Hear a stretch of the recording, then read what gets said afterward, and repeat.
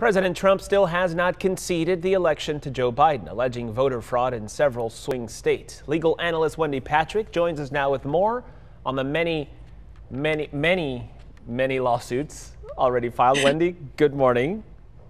Good morning, Raul. Explain all of this, if you will. Every single official in every state, Republicans or otherwise, have said that there is no evidence, there is no proof. We keep hearing that over and over.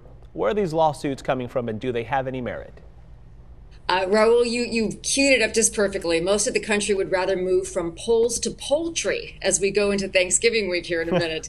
But it is also true that election integrity remains a bipartisan value and people are passionate about it. There's never been an allegation of widespread voter fraud.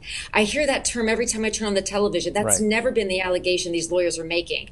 They're simply claiming that in some limited jurisdictions, there were some irregularities that deserve further exploration.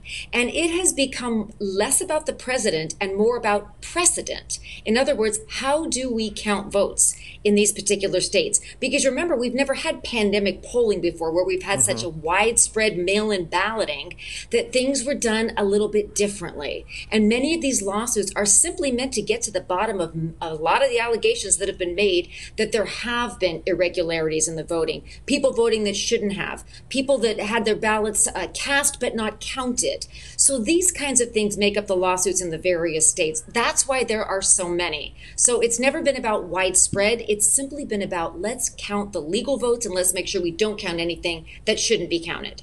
Irregularities have always been there in elections, and in terms of counting certain votes, the amount of irregularities that might lead to votes getting thrown out is not going to add up to what is needed here to change the outcome of this election. True, this is the reason a lot of these lawsuits are getting thrown out, one after the other, getting thrown out, meritless.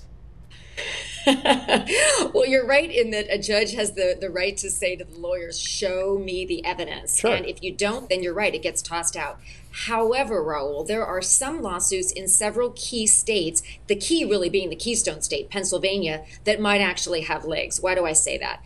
Pennsylvania was the state where Justice Alito actually intervened and said you have to segregate those ballots that came in after Election Day. Why? Because a lower court can't change Election Day.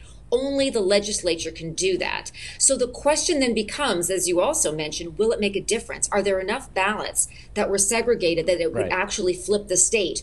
Or have they been, God forbid, commingled to where we actually don't know where they came from? That's what the court's figuring out right now. And it's fast tracked, so nobody has to wait past December 14th, which of course is the magic day when we have the vote called officially. But it seems like there's a blanket statement questioning the entire integrity of our elections, but the officials in Pennsylvania said dead people did not vote in Pennsylvania. That was also a problem. No foul play in Michigan from their state voting officials.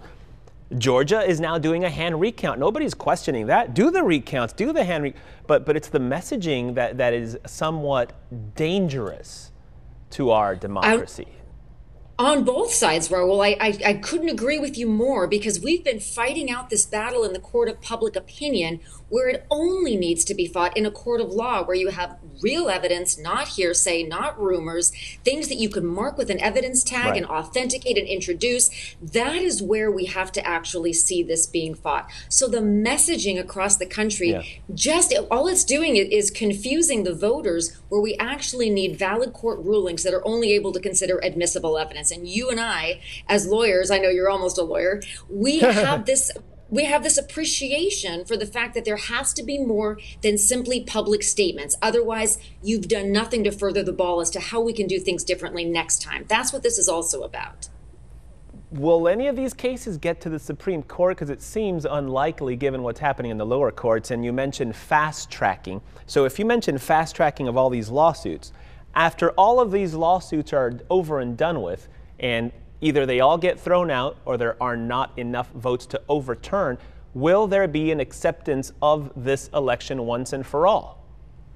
Yes, the word from the White House is that after the president has exhausted all of his legal challenges, he is prepared to concede and facilitate a peaceful transfer of power. But the key there, Raul, is when he has exhausted his legal options. He may not be a lawyer, but he potentially sure is a there will litigator. never be an exhaustion of these legal powers. There's going to be something coming up left and right, another lawsuit here, another thing there. Could that extend past January 20th is what...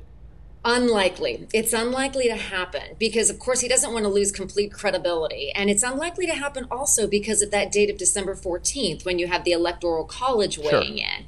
And that's sufficiently in advance of January 20th, where he will have received most of what he is attempting to receive now, which is rulings from some of the courts. But the numbers are not in his favor in some areas. He would need those court rulings to flip certain states in order to have a chance. Now, he still believes that's possible, and so his lawyers are pursuing those avenues.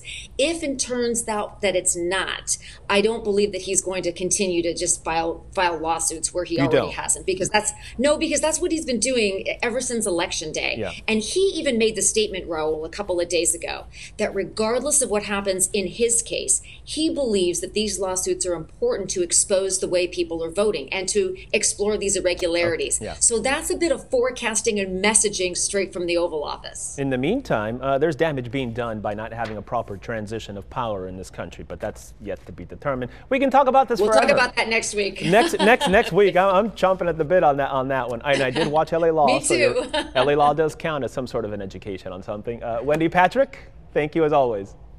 Thanks, Raul. You got it.